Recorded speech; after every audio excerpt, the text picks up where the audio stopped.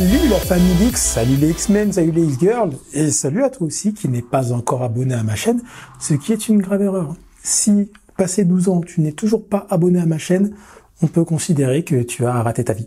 Mais bien évidemment, tu vas pouvoir résoudre ce problème en t'abonnant à ma chaîne maintenant, tout de suite.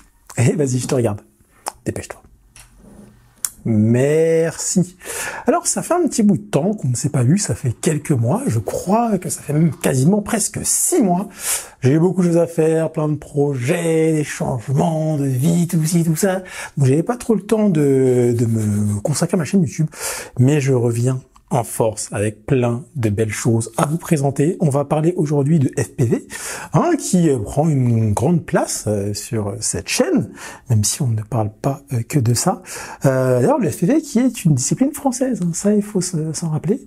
Je suis un peu chauvin quand je dis ça, mais ça vient d'une petite bourgade qui s'appelle Ergonnet, je crois, où les mecs se tapaient la bourre avec des petits quads, je crois que c'était des Porquette et des ZMR à l'époque, avec des petits quads pleins de LED, et ça a fait un peu le buzz sur la toile, et c'est comme ça que la hype est partie. Donc on va parler de FPV aujourd'hui, on va parler notamment du Sicario, donc de Cinelifter. Alors qu'est-ce que c'est le Cinelifter? C'est un terme qui a été inventé par Benoît Fink, encore une fois on est chauvin, un compatriote, qui est littéralement le taulier du FPV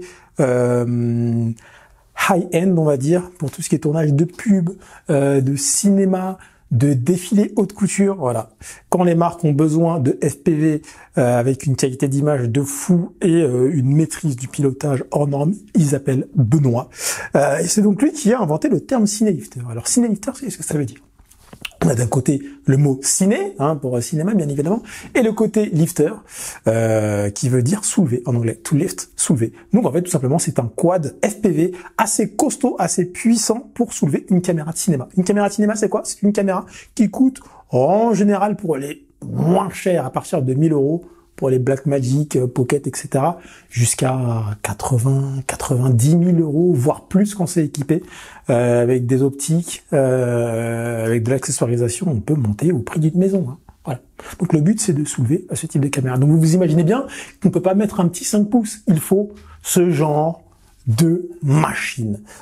Voilà un peu ce qu'on peut dire de manière générale sur les caméras de cinéma. Il faut quand même savoir que on peut pas mettre tout et n'importe quoi sur ce type de quad parce que c'est un quad FPV. Par exemple, tous les boîtiers qui ont des capteurs stabilisés comme le GH5, comme l'A7S3 ne sont pas du tout indiqués pour un usage Cinelifter pour la simple et bonne raison qu'en fait, la stabilisation du capteur se fait par aimantation en fait. Le capteur bouge grâce à des aimants qui sont placés tout sur le pourtour du capteur, et donc ils bougent comme ça magnétiquement. Vous imaginez bien que un quad FPV avec sa puissance et sa manière de prendre les virages, etc., va infliger une grosse force G au capteur, ce qui va faire qu'en fait les aimants vont pas avoir assez de force pour stabiliser le capteur en place. Du coup, il va bouger, il va être emmené pendant un virage et ça va causer des petites vibrations. Donc, en général, on utilise des caméras avec capteur fixe. Globalement, il y a plusieurs caméras qui sont dans le haut du panier que tout le monde utilise, notamment la Komodo, qui a pour avantage d'avoir un global shutter. Ce qui évite, en fait, quand on fait des virages, vous savez, d'avoir cette image comme ça qui se couche. En fait, sur un rolling shutter, l'acquisition de l'image ne se fait pas en une fois. On va dire que c'est des demi-images. Donc, il y a la première partie basse de l'écran qui est acquise, et ensuite, la deuxième partie haute. Ce qui fait qu'il y a un décalage. Sur un virage, ça fait tac, tac, tac, tac. Du coup, c'est ça en fait qui crée cette espèce d'image qui se couche. Alors qu'avec un global shutter, on a l'image qui est à chaque fois prise d'un coup. Donc, elle reste droite sur un virage. Vous voyez ce que je veux dire? Donc, la Komodo est très prisée des pilotes de Cinelifter. On a la Blackmagic, Pocket Cinema 4K et la Sika qui sont pas mal plébiscitées, même si elles ont du rolling shutter, mais beaucoup moins que les caméras d'il y a 10 ans. Je me souviens, j'avais un Nikon D90, quand je faisais un panneau, l'image elle faisait c'était dégueulasse. Maintenant, on a des rolling shutters qui sont quand même plus performants. Donc on a la Blackmagic Pocket Cinema Camera, la FX6 de chez Sony qui marche super bien. En plus, on a Catalyst, qui est un logiciel de Sony qui permet, un petit peu comme RSGo, grâce aux informations du gyro de la caméra, qui permet de stabiliser en post. Et ça, c'est cool. C'est un gros avantage. Alors, on peut tout de même utiliser de l'A7S3, du GH5, enfin des caméras avec un capteur stabilisé, grâce à une petite astuce qui a été trouvée par Vladimir Kadir, qui a en fait créé des petites cales qu'on imprime en 3D, avec lesquelles on vient garder le capteur en place avec des petites cales. Voilà, il faut mettre un petit point de colle pour pas que ça bouge. Donc c'est un petit peu touchy, on n'a pas tous envie de mettre un point de cyano près du capteur. Mais voilà, il y a cette solution qui existe, qui apparemment fait ses preuves et qui marche. Mais globalement, voilà, quand on est pro sur un gros tournage, on n'a pas envie de bricoler, on veut que ça marche. Donc en général, on prend des capteurs qui ne sont pas stabilisés. Donc Blackmagic, FX6, Komodo, il y en a qui utilisent de la Panasonic BGH1, il y a aussi tout ce qui est Zcam, il y a du Fujifilm X-T3 aussi qui marche pas mal. Je crois que c'est Shikijo qui l'utilise beaucoup. Enfin voilà, un petit peu ce qu'on a comme option en termes de caméra sur un Cinelifter. Donc ça, c'est le Sicario qui a été développé par Andy Chen, qui est un créateur de frame qui est très doué. Ce qui est très cool, c'est que sur son site, en fait, il a un blog où il montre et explique les différentes phases de recherche et développement de ces frames. Et donc, il y a une page qui est dédiée au Sicario, que je vous invite à regarder, qui est très intéressante. Alors malheureusement, il faut être à l'aise avec l'anglais, parce que Andy Chen est américain, donc son blog est en anglais, mais c'est vraiment super intéressant. Donc, on va parler de ça aujourd'hui. Je vais vous montrer comment le builder, parce que vous imaginez bien que ce n'est pas un build classique. C'est assez, comment dire, j'ai le mot en anglais, c'est challenging, c'est un défi en fait à monter, parce que faut penser à plein de trucs, c'est un peu chiant, mais c'est vrai que c'est un build que j'ai adoré faire, parce que ça changeait vraiment de ce que je faisais d'habitude, et j'ai adoré, vraiment j'ai adoré. Donc je vais vous montrer un petit peu les spécificités de cette machine, vous montrer comment ça se build, comment ça se monte, et puis dans une deuxième vidéo, on fera des tests en vol.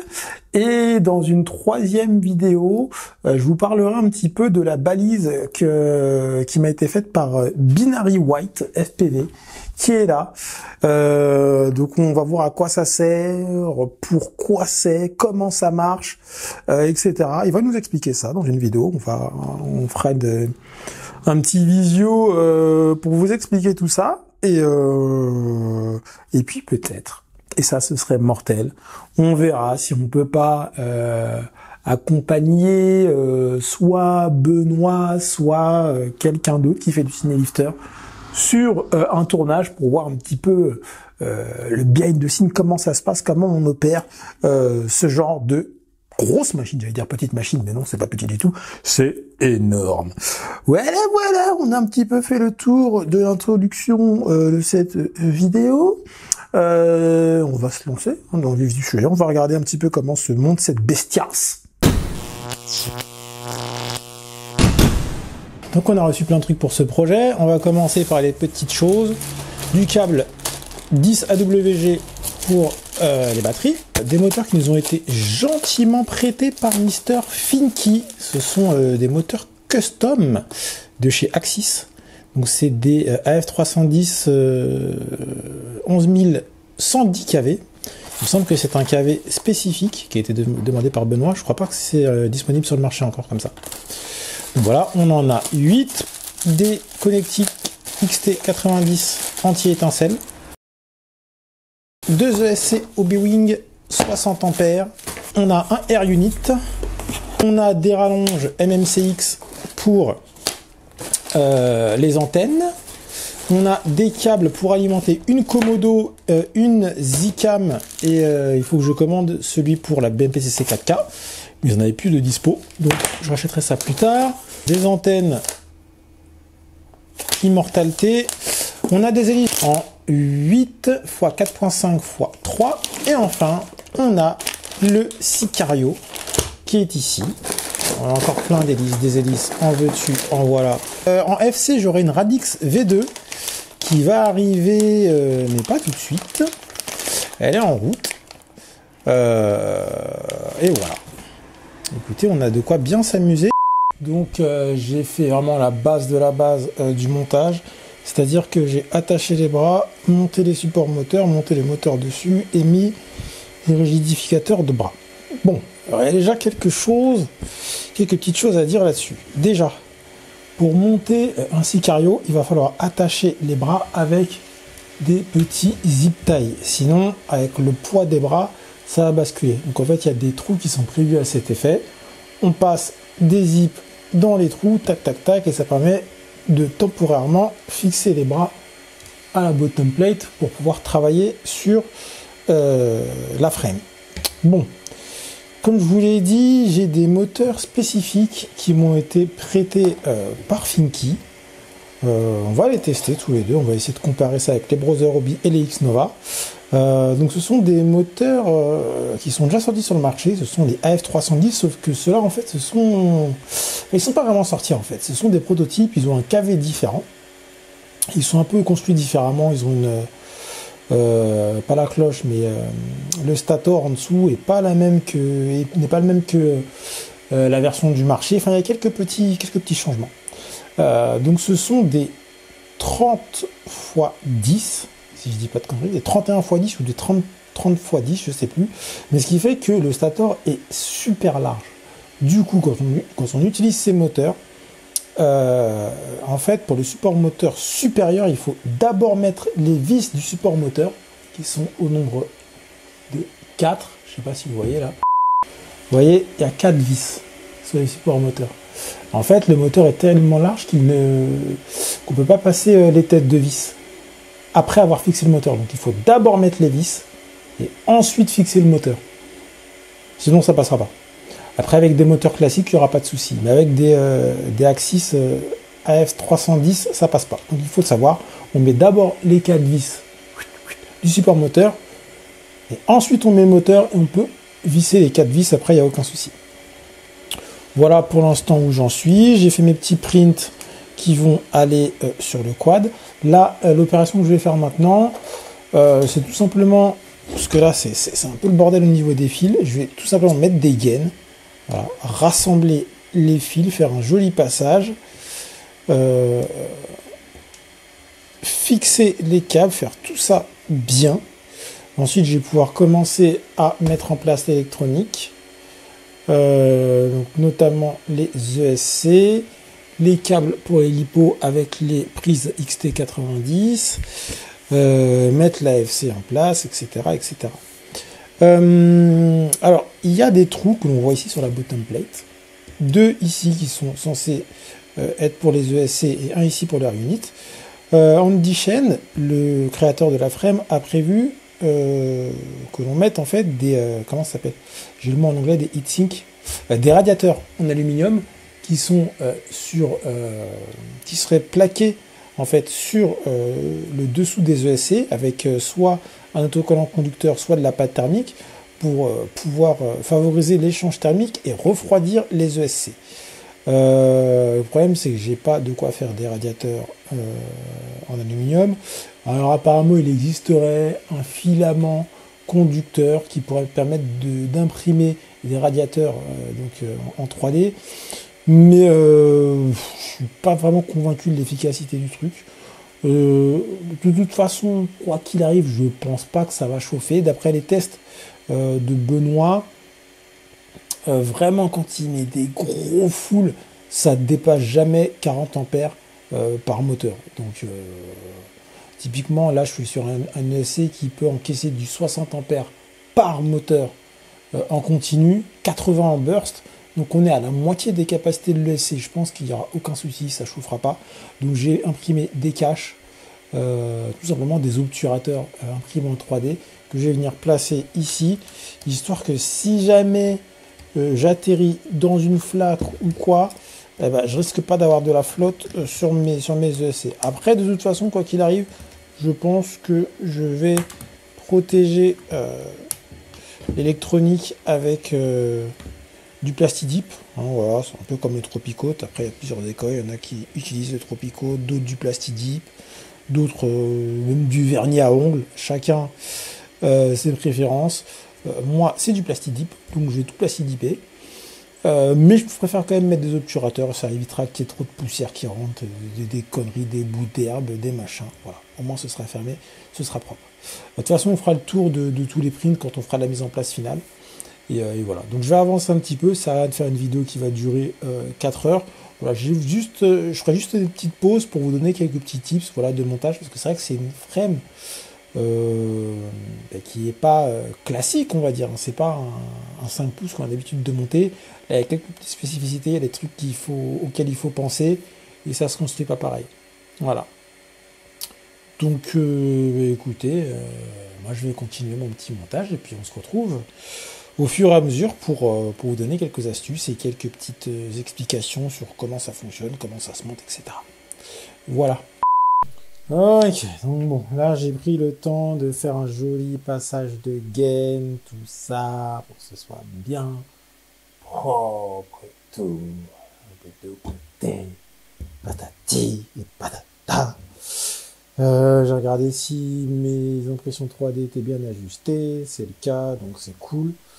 Maintenant, je pense qu'on va pouvoir passer au vif du sujet, c'est-à-dire le câblage.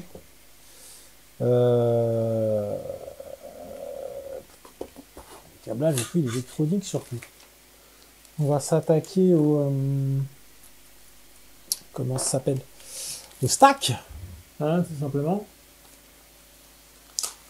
Alors, donc on va ouvrir cette Radix V2, c'est très beau. Donc on a une petite carte rigide avec d'un côté le wiring, enfin les schémas de la carte sur le dessus, et en dessous le schéma de la carte en dessous. C'est mortel. On a des gros mètres, on a plein de câbles différents, c'est cool. Ah, c'est déjà ouvert. On a la Radix. On a la Radix. C'est beau, c'est beau, c'est beau. La fameuse Radix. Ah, donc en fait, parce que dessus, il y a, je sais pas quoi, là, ils appellent ça comment déjà, un OSD, je sais plus quoi, vectoriel, mon cul sur la commode, je sais pas quoi. Et du coup, c'est pas la puce qu'on a l'habitude de voir, c'est une autre puce. Je sais pas à quoi elle ressemble, je sais pas ce que c'est. Mais c'est pas la puce longue là qu'on a l'habitude de voir pour l'OSD. Donc, c'est cool. C'est très très cool.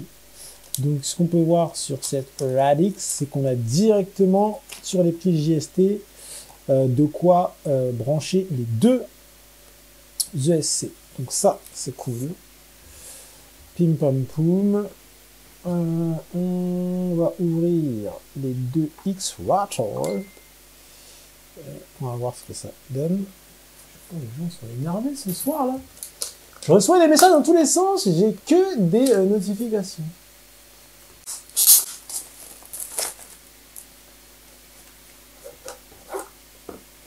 Oh.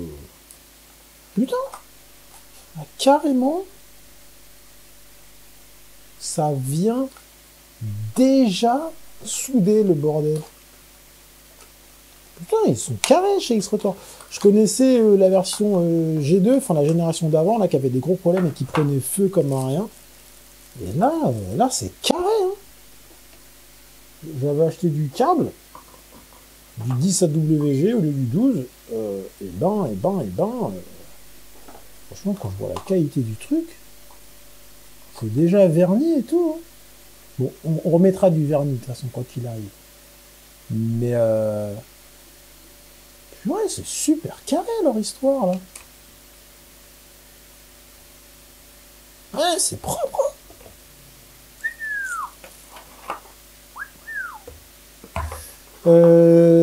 Ah si, je me disais tiens, c'est bizarre, il n'y a pas de notice, pas de wiring. Si, c'est là. Et bah la notice, hein. Purée, bref, on s'en fout. Donc on va mettre tout ça en place, hein, tout câblé, tout machiné bien, et voilà. Alors on a un petit peu avancé, on a mis en place le SC du bas, j'ai soudé les moteurs du bas, hein, les 4 moteurs du bas. J'ai fait sortir 2 fils parce qu'on va installer des spike absorbers de chez Fetech. Normalement, j'utilise ceux de Maël Reméran, mais le problème c'est que avec la pénurie des composants, il n'en avait pas de dispo et j'ai pas le temps d'attendre parce que je suis impatient de faire voler cette bestiasse. Donc c'est très simple, ce sont des diodes, je sais plus quoi, que l'on allie avec des condos. On fait très attention, le plus c'est la patte la plus longue, le moins c'est la patte la plus courte, et de toute façon le moins est sur l'espèce de bande continue qu'il y a sur le côté, toujours. Hop, on les met comme ceci, bam, on n'a plus qu'à souder, voilà.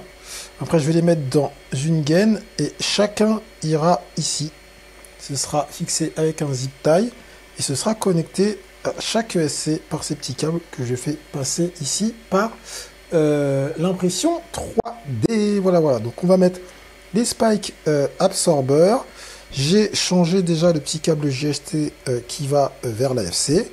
Voilà, donc il est câblé pour aller sur la Radix. Je vais mettre le deuxième ESC, souder les moteurs du haut. Alors là, ils vont chaque ESC, enfin les deux ESC vont être connectés en parallèle grâce à ces deux câbles hein, qui sont connectés au premier et qui vont aller se souder sur le deuxième. Alors il y a des astuces pour avoir une protection si jamais il y a une batterie qui entre en court-circuit avec un fusible, etc. On verra ça dans une autre vidéo parce que je n'ai pas encore bien compris le principe. Donc pour l'instant, on va faire du classique. Voilà, ensuite il faudra mettre en place l'air unit, la Radix, tout câblé. On a le petit GPS ici avec magnétomètre pour iNav, pour profiter de l'altitude hold et de position hold. En fait, le quad il reste à une position à une altitude constante, ça c'est super cool, comme si jamais on perd la vidéo par exemple, comme fonctionnalité. Et puis on a un vrai RTH, c'est-à-dire que le drone peut revenir automatiquement à son point de départ et se poser tout seul. Donc si jamais on perd la vidéo ou on fait le safe, le drone peut revenir à son point de départ tout seul. Donc c'est pour ça que je vais certainement mettre ce quad sur iNav. Voilà, que dire de plus sur l'avancée de ce build? Pas grand-chose, hein, pas grand-chose. Je vais continuer à monter tout ça et puis à chaque fois que j'aurai franchi une étape, on viendra faire un petit récapitulatif. Voilà, pour l'instant, je vais souder tout ça, mettre en place mes spike absorbers. Et voilà, je vais peut-être mettre aussi un petit condo sur le VBAT, entre le VBAT et l'AFC. Voilà. Il paraît que les Radix 2 ont tendance à être un peu fragiles, donc on va essayer de pallier à ça en mettant des condos partout. Et voilà. Tout simplement. Bon, allez, moi je continue mon petit build et on se retrouve tout à l'heure un peu plus tard. Bon, donc là je suis en train de finir de souder les derniers moteurs. Enfin, le dernier moteur, celui qui est en haut à droite. Petite astuce, je mets un petit papier par-dessus l'électronique, enfin entre les fils que je vais souder et l'électronique, pour éviter que en étamant mes fils, j'ai une goutte d'étain qui tombe sur l'électronique. Alors, vous avez vu sur le SC Hobby-Wing qu'il y a du vernis. Ils ont mis du vernis déjà de base sur le SC, mais on va pas jouer avec le feu, même si il est protégé. On va pas risquer de faire tomber une goutte d'étain. On va jouer la sécurité. Et le papier protège.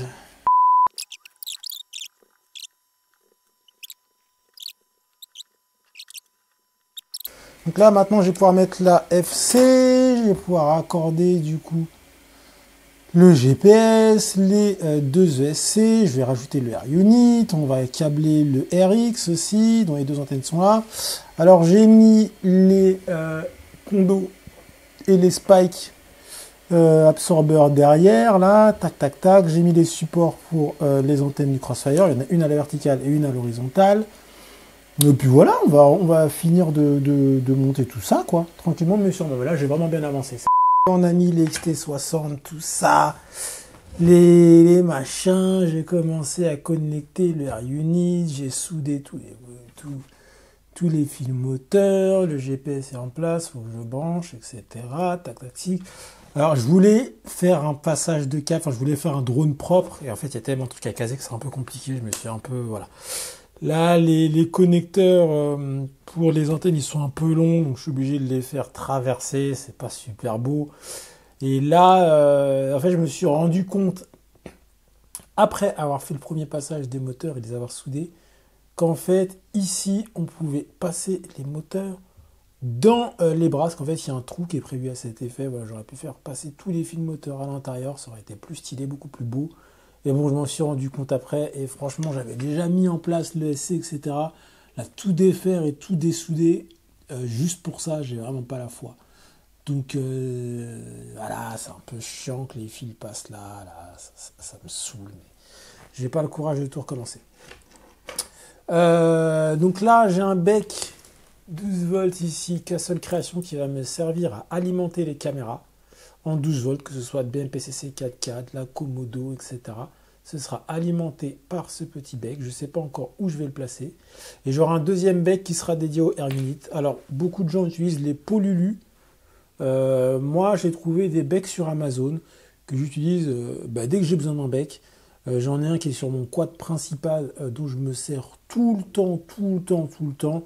Ça fait plus de 2 ans que le bec qui est là, il n'a pas bougé d'un poil. J'ai jamais eu de frise ou de quoi que ce soit. Donc je lui fais confiance, je leur fais confiance à ces becs-là. Je vais les utiliser. Je rajoute juste un petit condo dessus et ils roulent quoi. Je ne sais pas si je les ai ici à portée de main, que je puisse vous les montrer. Ça coûte pas très cher et franchement ils font vraiment le taf. J'en suis super content. Je vous dis, à chaque fois que j'ai besoin d'un bec, j'utilise ça et voilà, j'ai pas eu de frise, donc ça doit fournir largement assez de courant pour un air unit. Voilà. Écoutez, je les ai pas sous la main là, mais je vais les retrouver, je vais vous les montrer. Là, qu'est-ce qu'il reste à faire? Il reste à souder tout ce qui va sur l'AFC, le GPS, le Nano Diversity qui est ici. Bon, pour ce qui est les ESC, c'est des prix JST, donc c'est déjà tout fait. Donc écoutez, on a quasiment terminé de monter la machine. Voilà, donc là tout est câblé, j'ai rajouté 2 condos sur les côtés. On a mis de l'AFC, tout est câblé, il y a un petit condo sur le V-BAT de l'AFC que j'ai déporté avec des fils là, qui est ici. Je sais pas si on le voit, il est sous le RX ici. Voilà, le RX qui va être mis en place comme ceci. Voilà. Faut que je clean un peu le passage des câbles d'ici, parce que là je peux pas mettre la top plate. Ça, je vais faire ça là, juste après. Sinon, je vais pas pouvoir clipser la top plate.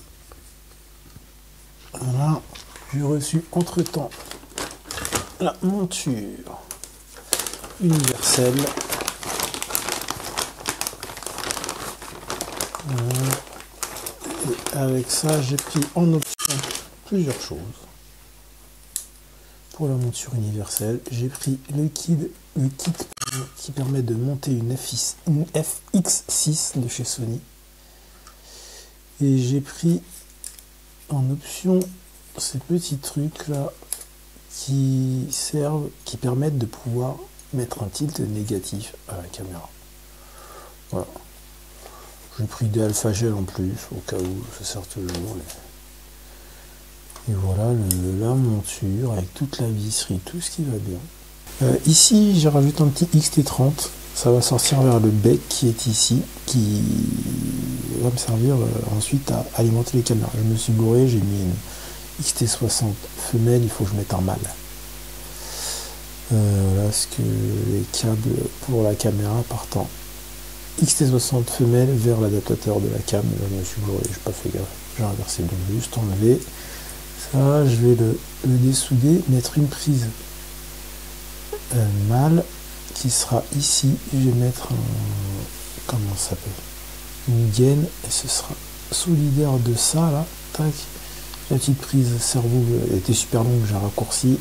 Elle ira sur le côté, juste pour faire les réglages. On aura un petit bloc comme ça. Voilà. Tac, tac, tac. Voilà, allez, je vais terminer ça, on va finir.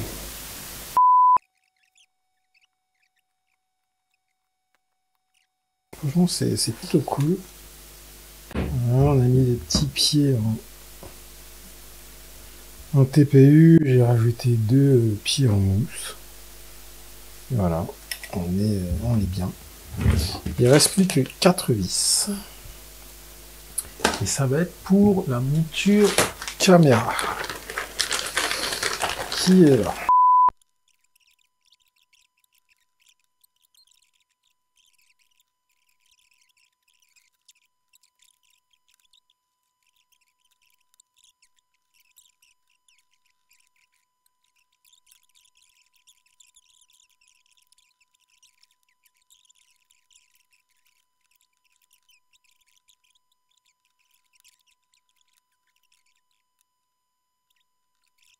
Ça, c'est fait. Donc on a 6 points d'accroche. 1, 2, 3, 4, 5, 6. Pour l'instant, je vais en mettre que 4. C'est un peu collant l'alphagel, c'est perturbant, c'est bizarre. Alors, comment on met les alphagels? Donc on a les petites rigoles vers le haut, là, l'espèce de gouttière. On sépare donc les alphagels en deux. Je prends la partie avec voilà, la plus grosse partie en fait, le côté le plus gros. Je vais le mettre comme ceci, par-dessous, ok? Et par-dessus, je mets la partie basse. Alors quand je l'insère, c'est là que c'est un peu compliqué, il faut que, on va appuyer un petit peu, voilà, pour faire rentrer, et il faut faire rentrer la partie haute dans la gouttière. C'est là que c'est un petit peu chiant. On va essayer d'un outil. Voilà, on la rentre à l'intérieur. Il faut vraiment que ce soit dans la gouttière complètement. C'est très important pour l'efficacité de l'alphagel, parce que quand on va les compresser tout à l'heure, si c'est pas dans la gouttière, en fait ça va s'écraser et ça va beaucoup moins amortir les vibrations. Donc voilà. On met la grosse partie en dessous et la petite partie, on l'insère bien dans la gouttière. Un peu chiant parce que ça colle un peu. Donc, voilà. Avec la friction, ça va tenir, ça risque pas de tomber. Donc on fait pareil sur les 4. Et si on a un peu du mal à mettre la partie au-dessus là, la partie haute, la petite partie dans la gouttière, ne vous inquiétez pas, quand on va commencer à mettre le truc en place et à serrer, on va pouvoir bien pousser sur les côtés pour bien que ça rentre.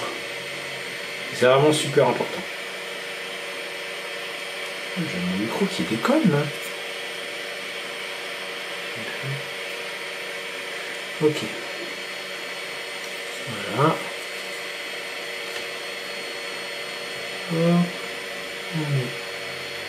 Donc là, c'est un peu compliqué de le faire à vide comme ça, avec la petite rondelle en carbone par-dessus. Je pense que ce sera plus simple à mettre en place. Pour l'instant, on va mettre en place provisoirement. Faites attention à ne pas mettre la partie supérieure à l'envers, hein. C'est la partie bombée vers le haut et la partie plate dans la gouttière. Ok ?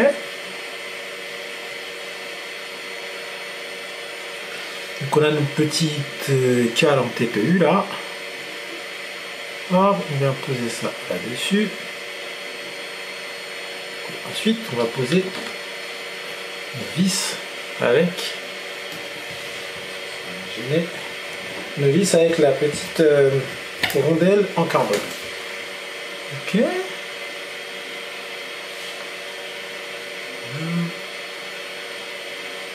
On aligne bien le tout.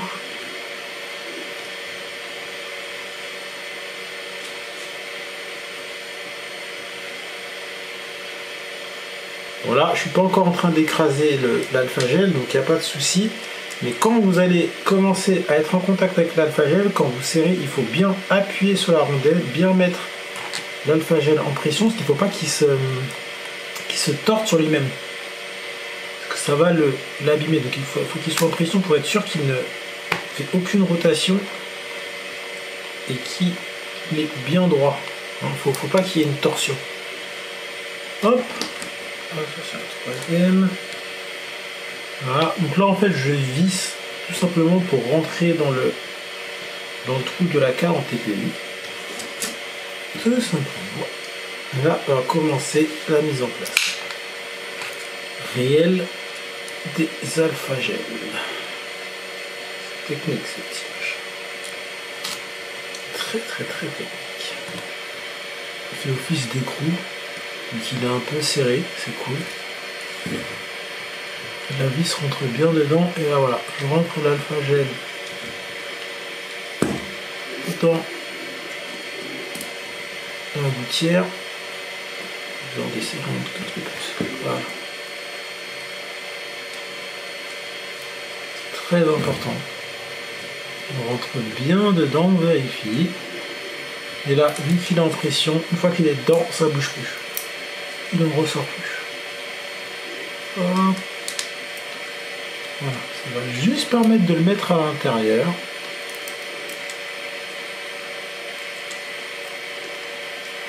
Bien le loger dedans.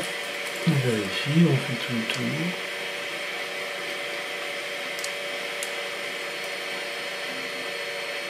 Si j'appuie, il ressort pas. C'est parfait. J'appuie un peu sur celui du bas aussi. Voilà. Qui rentre bien dans celui du dessus. Là, normalement, on est perfect. Perfect. Je vais le resserrer un peu. Voilà. Là, ça bougera plus. On est au top. Vous voyez, on est bien là.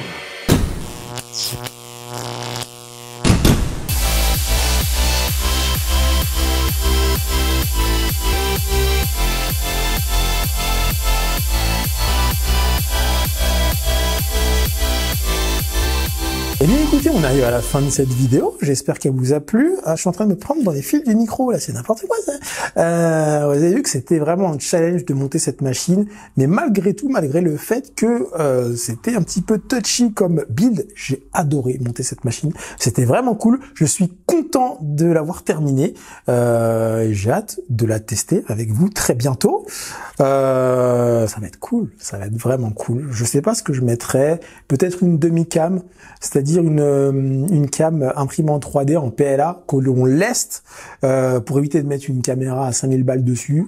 On imprime, on met du poids qui représente à peu près le poids de la caméra et ça permet de faire des tests. Et si jamais il y a un problème de D5, je sais pas moi, de perte d'hélice ou quoi que ce soit, si on crache, au moins on ne pète que le possiblement un bras, j'en sais rien, et pas la caméra. Ça évite de tout péter. Ça limite les dégâts, ça limite les coûts et ça permet de pouvoir régler sa machine avec un stress en moins. Et ça, c'est cool. Donc, je pense qu'on fera ça. Et puis, ce sera cool. Déjà, je pense, non? Voilà, et bien écoutez, si cette vidéo vous a plu, n'hésitez pas à vous abonner, à mettre un petit pouce bleu, à partager la chaîne, à faire tout ce que vous voulez, mais soutenez-moi parce que ça fait plaisir et puis moi ça me motive à partager avec vous mes passions et puis mes bricolages, ça c'est cool. Il faut faire exploser ce compteur là, bon là il n'est pas sur le compteur YouTube, mais il faut qu'on dépasse les 11 000 là, hein, il faut qu'on arrive à 15 000, 50, 100 000 même, ok? Donc il faut y aller les gars. J'espère que cette vidéo vous a plu. Je vous dis à très bientôt pour de nouvelles aventures. Portez-vous bien. Salut!